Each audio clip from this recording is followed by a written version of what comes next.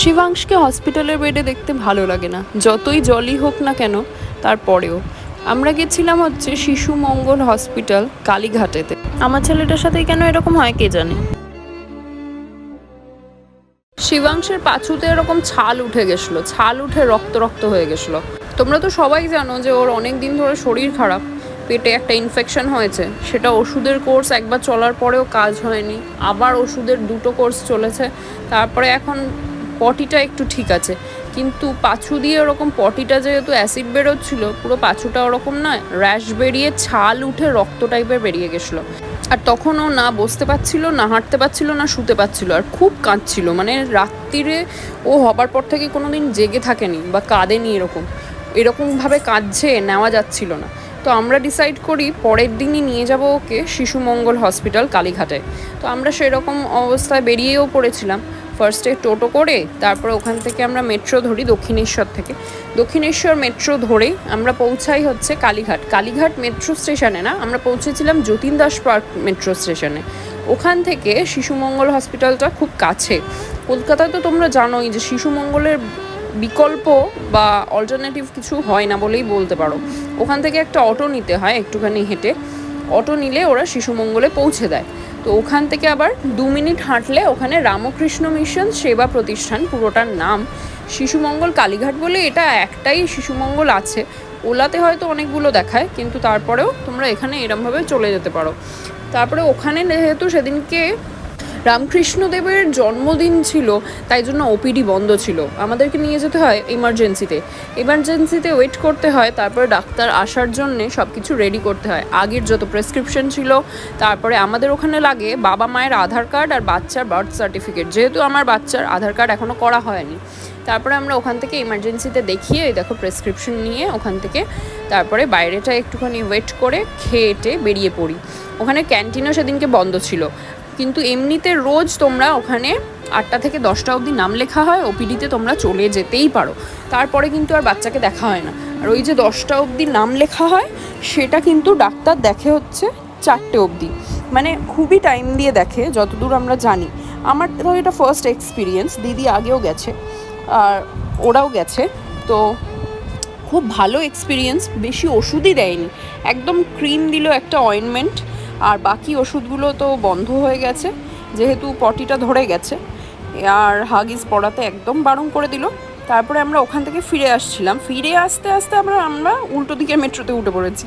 যাই হোক, তারপরে আবার ওখান থেকে নেবে আমরা যতীন দাস পার্কে আবার আসলাম, এসে আবার দক্ষিণেশ্বরের মেট্রো ধরে ওখান থেকে আমরা ফিরছিলাম। তার মধ্যে অতক্ষণ তো বাবু চুপচাপ থাকবেন না, যতই কষ্ট হোক উনি তো দুষ্টুমি চালিয়ে যাচ্ছেন। দেখো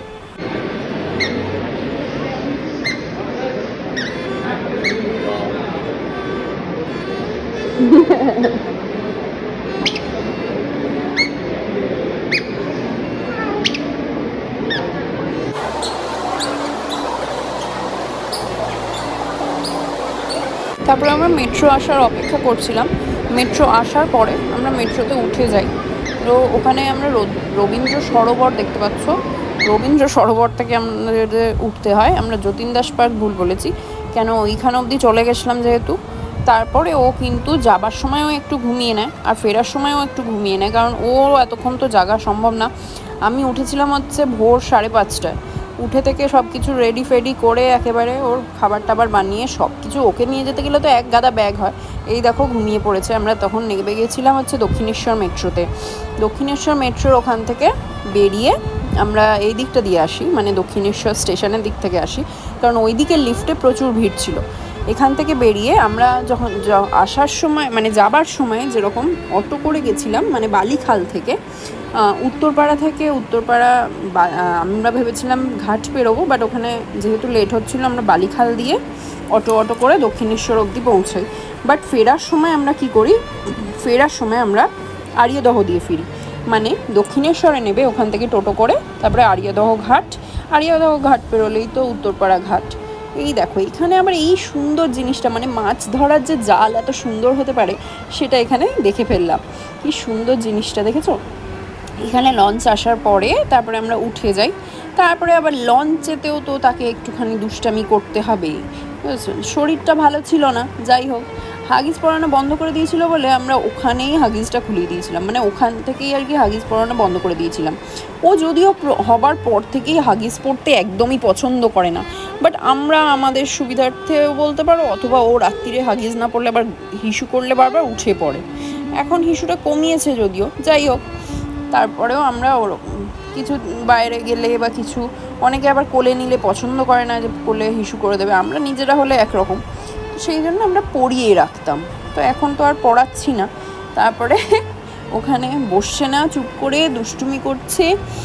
ওষুধ ফষুধ কেনা হলো, ওখানে ফার্মেসিটা খোলা ছিল যদিও। ইমার্জেন্সিতে ডক্টর বেশি কথা বলে না, আর ওর ডায়েট চার্টটাও জানার ছিল, তো তাই জন্য আমাদেরকে বললো নেক্সট দিন ওপিডিতে আসতে। তো ওপিডিতে যাবার তো ইচ্ছে আছে, দেখা যাক পরের দিন যদি যেতে পারি খুব ভালো, নাহলে ওর ডায়েট চার্টে তো ওর হুইট তো পুরো বন্ধ করে দিয়েছে, রাইস জাতীয় খাবার খাওয়ানোর কথা চলছে, হুইট, তারপরে বিস্কিট ফিস্কিট সুজি ফুজি সবই বন্ধ। তো ওরও একটু প্রবলেমই হচ্ছে খেতে, কারণ ও তো আমাদের সাথেও টুকটুক করে সব কিছু খেত। যাই হোক, তারপরে ওই দেখো লঞ্চের মধ্যেও চুপ করে বসবে না, তো ওর পিমনির সাথে হাঁটতে শুরু করে দিয়েছে। হ্যাঁ, হাঁটাহাঁটি করে সবার সাথে, এই দেখো এবার এখানে চলে এসছে। এখানে সিনারি দেখছে কোথায়, না জুতো দেখছে। যাই হোক, এবার অত তো বুঝে না।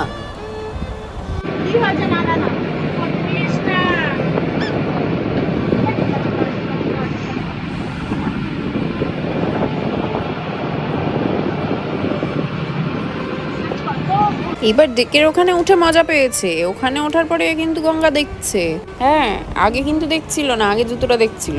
মজাটা যা পেয়ে তারপরে আমরা নেমে পড়ি উত্তরপাড়া ঘাট। দেখো উত্তরপাড়ায় নেমে পড়ি, উত্তরপাড়া ফেরিঘাটে, ওখানে আড়িয়াদহ থেকে পেরোলেই উত্তরপাড়া ফেরিঘাট। তারপরে ওখান থেকে নেবে আমরা যেরমভাবে টোটো অটো করে বাড়ি, মানে ঘাটে গেছিলাম সেরমভাবেই বাড়ি ফিরি।